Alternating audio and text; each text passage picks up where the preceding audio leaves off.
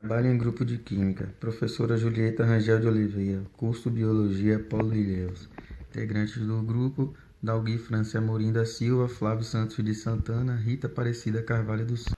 Os temas: mostrar e explicar o diagrama de Pauling e explicar os 4 números quânticos serão apresentados por Dalgui França Amorim da Silva.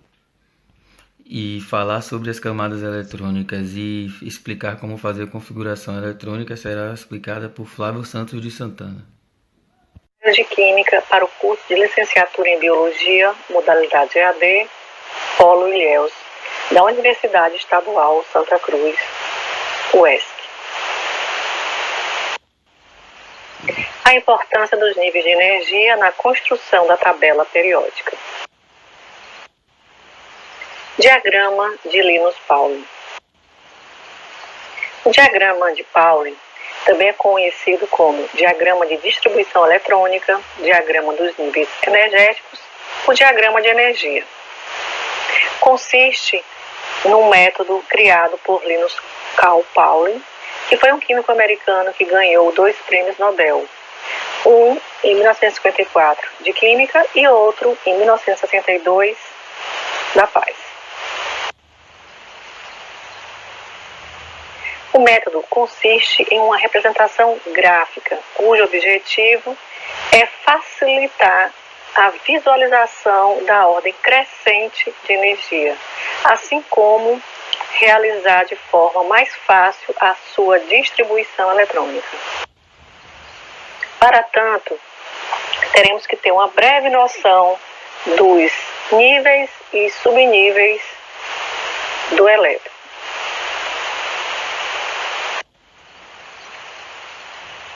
Vamos fazer uma breve revisão?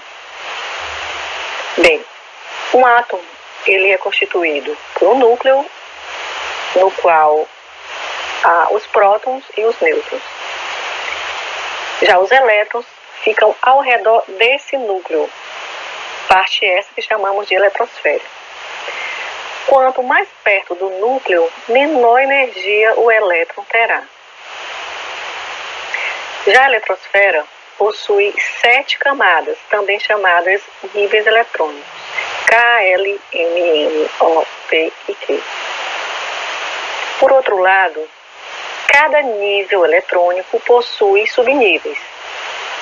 Existem 4 subníveis, S, P, D, F. Uma forma de decorar seria São Paulo, Distrito Federal. Sendo que em cada subnível há um limite de átomos. No S, 2, no P, 6, no D, 10 e no F, 14. No decorrer desse trabalho, veremos mais detalhes desses assuntos. Aqui é um exemplo do diagrama. Podemos ver os níveis K, L, M, N, O, P, Q e os subníveis S, SP, SPD, 4PDF, SPDF, SPD, 7, SP e assim por diante. Aqui é só um exemplo. Uma forma de facilitar como que fica essa distribuição pode ser utilizada a seguinte: Sol, Sol, pôr do Sol, pôr do Sol.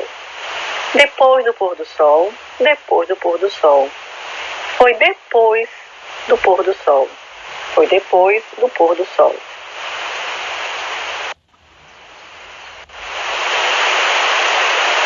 Aqui temos alguns exemplos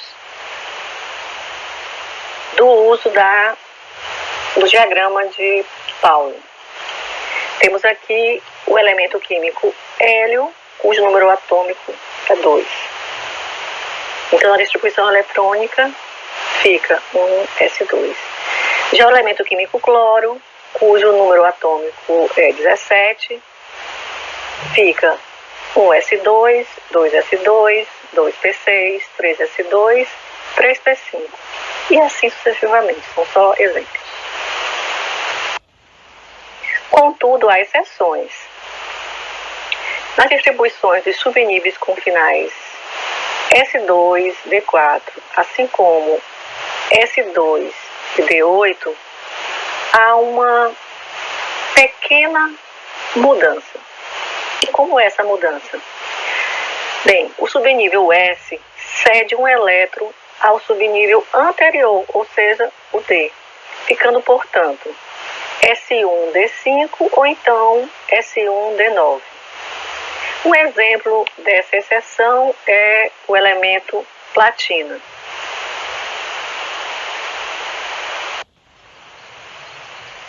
Bem, a gente pode perceber que o diagrama facilita bastante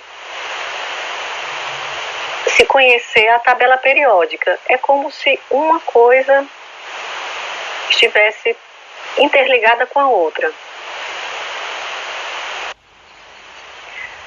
Bem, vamos para os números quânticos. Os números quânticos são 4. O número quântico principal, o número quântico secundário ou azimutal, o número quântico magnético e o número quântico spin. Lembrando que a palavra quântico vem de quanto, que por sua vez significa salto.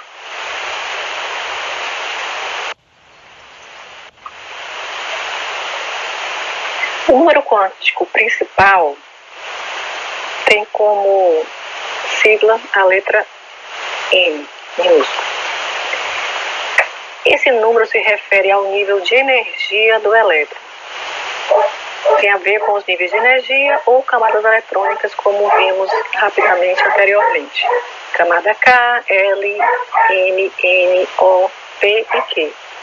Sendo assim, os valores de N, número quântico principal, variam de 1 a 7 conforme o nível de energia do elétron. Lembrando que quanto maior o número quântico principal, maior a energia do elétron.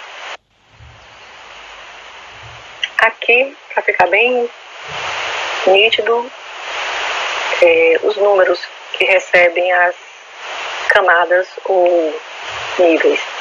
K recebe o número 1, L recebe o número 2, M 3, N 4, O 5, P 6 e por último o Q, número 7. Vamos então para o número quântico secundário, também chamado de azimutal, cuja representação é um L minúsculo. Bem, o número quântico secundário se refere ao subnível de energia do elétron. Lembrando que os subníveis de energia são 4. S, P, D e F. Essas letras recebem os valores que variam de 0 a 3. Cada nível comporta uma quantidade máxima de elétrons, os quais estão distribuídos nos subníveis de energia. Aqui é uma tabela mostrando o subnível de energia e o seu respectivo número quântico secundário. O S tem como número quântico secundário 0, o P 1, o D 2 e o F 3. Número quântico magnético, cuja abreviatura é M ou ML, sempre no minúsculo. O número quântico magnético, ele se refere ao orbital em que o elétron se encontra. Sendo que esses valores do número magnético dependem da quantidade de orbitais para cada subnível.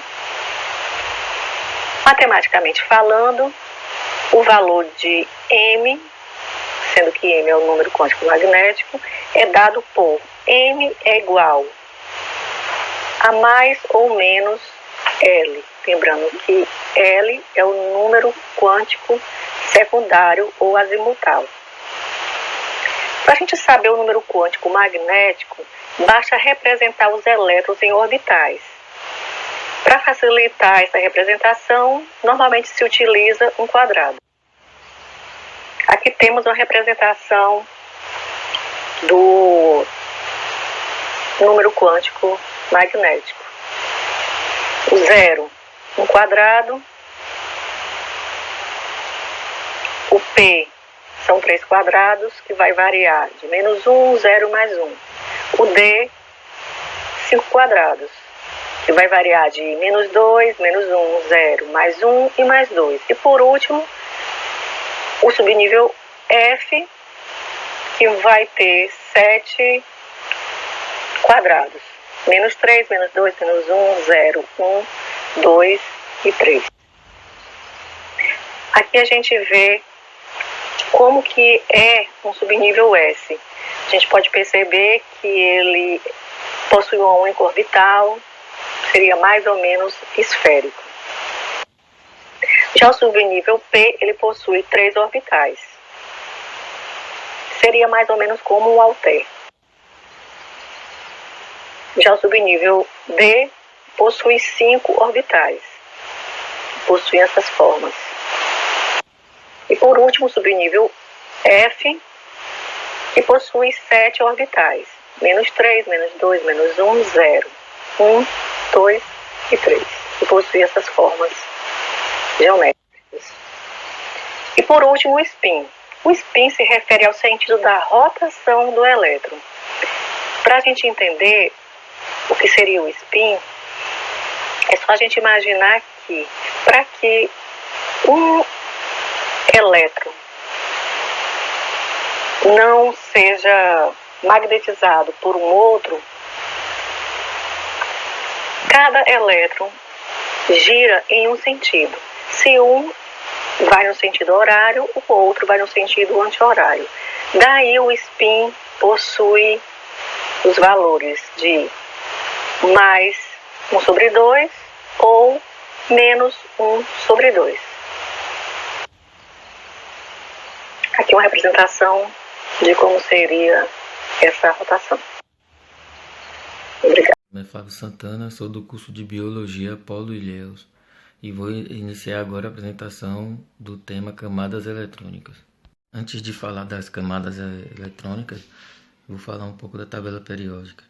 Com os aperfeiçoamentos feitos na tabela periódica ao longo dos anos e o aumento dos elementos químicos, passou-se a prever, através da tabela periódica, os elementos nela contidos, no que diz respeito às propriedades e características de cada elemento. Existem exceções, claro. Por esse motivo, iniciou-se estudos quânticos relacionados aos elementos, os átomos e principalmente aos elétrons na eletrosfera. Bohr mostrou que os elétrons estão confinados em determinados níveis de energia quando estão em seu estado estacionário, e cada estado estacionário está relacionado a um nível de energia. Esses níveis de energia são chamados camadas eletrônicas. Nas camadas eletrônicas, os elétrons se movem e, quando passam de uma camada para outra, absorvem ou liberam energia. A nível de energia, possui um número inteiro, de 1 a 7 ou letras maiúsculas, representada pelo K, L, M, N, O, P e Q. Quando um elétron salta para uma camada mais interna, ele libera energia. Quando ele salta para uma camada mais externa, ele absorve energia. Essa energia obtida em forma de luz é chamada de quantum, ou também pode ser chamada de fóton. Cada camada eletrônica pode ter um número máximo de elétrons, como na figura abaixo está mostrando. O nome da camada, nível e o número máximo de elétron na camada. De distribuição do elemento aqui, do elemento cálcio, que tem um número atômico que é igual a 20. O nível dele é 1, 2, 3 e 4. As camadas são representadas pelo K, L, M, N. E o máximo de elétrons para a camada K são 2, camada L 8, M 8 e N 2. Se somarmos o máximo de elétrons, vai dar 20, que é o número atômico do cálcio. A partir dessas informações, podemos distribuir os elétrons de qualquer elemento na tabela periódica. Aqui eu encerro a minha apresentação. Meu nome é Flávio Santana, estarei agora dando início à apresentação do trabalho em grupo de Química, tema configuração eletrônica, curso Biologia Paulo Ilhéus. A configuração eletrônica de um átomo é a representação numérica dos seus orbitais de elétrons. A configuração de um elétron pode mostrar de maneira rápida e simples a quantidade de orbitais de elétrons que um átomo possui e também o número de elétrons que existem em cada um dos dois orbitais. Antes de fazer a configuração eletrônica, encontre o número atômico do átomo que deseja configurar. Cada átomo tem um número específico de elétrons. O número atômico é o número inteiro positivo, que começa em 1 para hidrogênio e aumenta de 1 em 1 para cada átomo seguinte. Antes de fazer a configuração eletrônica, determine a carga de um átomo. Os átomos descarregados têm exatamente o número de elétrons que aparece na tabela periódica. Caso esteja trabalhando com um átomo carregado, soma ou subtrai os elétrons. Acrescente um elétron para a carga negativa e diminua um elétron se a carga for positiva. Outra coisa também é observar os orbitais. Cada grupo de orbitais, quando cheio, contém um número uniforme de elétrons. Um único orbital pode conter no máximo 2 elétrons. Veja aqui agora na tabela abaixo. Nos elementos químicos que conhecemos, os átomos podem distribuir-se em 7 níveis de energia, contendo elétrons, que são representados pelas letras K, L, M, N, O, P e Q, e pelos números 1, 2, 3, 4, 5, 6 e 7. Estes números são chamados de números quânticos principais. Se um elétron tiver número quântico principal igual a 3, ele pertence à ordem M e tem energia equivalente desse nível. Essa representação eletrônica mostra que há 2 elétrons no primeiro grupo de orbitais, 2 elétrons no segundo grupo e 6 elétrons no conjunto 2p de orbitais. O total será 2 mais 2 mais 6, que é igual a 10. Exemplo aqui de configuração eletrônica é o cálcio, que tem a massa atômica de 20. A configuração eletrônica do cálcio seria essa: 1s2, 2s2, 2p6, 3s2, 3p6, 4s2, que somados dariam 20, que é o número atômico do cálcio. Aqui encerro a minha apresentação.